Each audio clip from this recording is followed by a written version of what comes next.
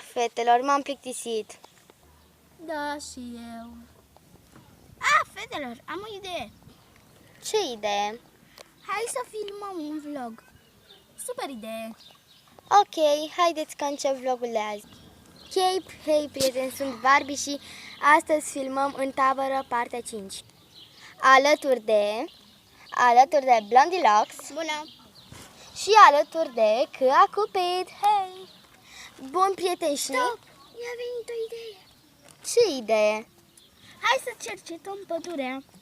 Super idee. Ok, dar să nu mergem prea departe, că poate ne pierdem. Ok, hai să mergem.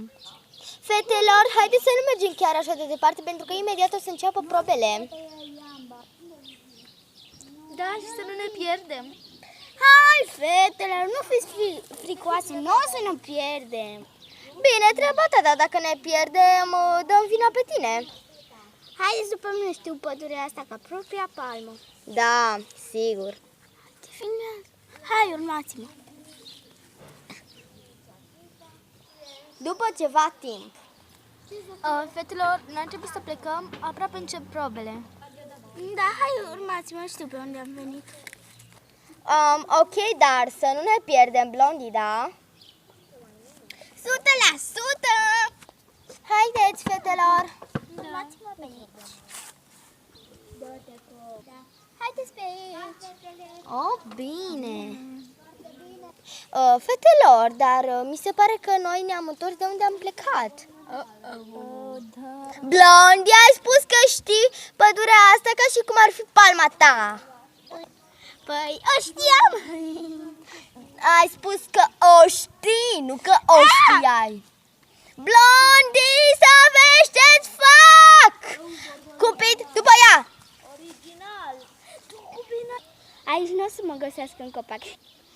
Că cine spune? În peștera asta sigur nu o să mă găsească. Sper. Cupid, cred că a luat-o pe aici. Eu cred că pe aici. Ba, nu e evident că pe aici. Eu cred că pe aici. Știi ceva? Vină după mine. Haide, știu perfect drumul. Haide, vină după mine. Cupid, cred că se ascunde prin iarba aceasta mare, nu-i așa, Cupid? Cupid?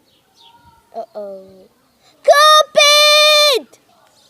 Barbie, cred că e prin tăfele astea pe aici. Barbie? Barbie! Barbie! Cupid! Cupid! Barbie! Barbie! Prieteni, acum sunt foarte speriată pentru că ne-am luat după Blondie, de fapt, eu cu Cupid, și acum eu cu Cupid ne-am pierdut una de alta, la fel și de Blondie, și acum sunt foarte speriată.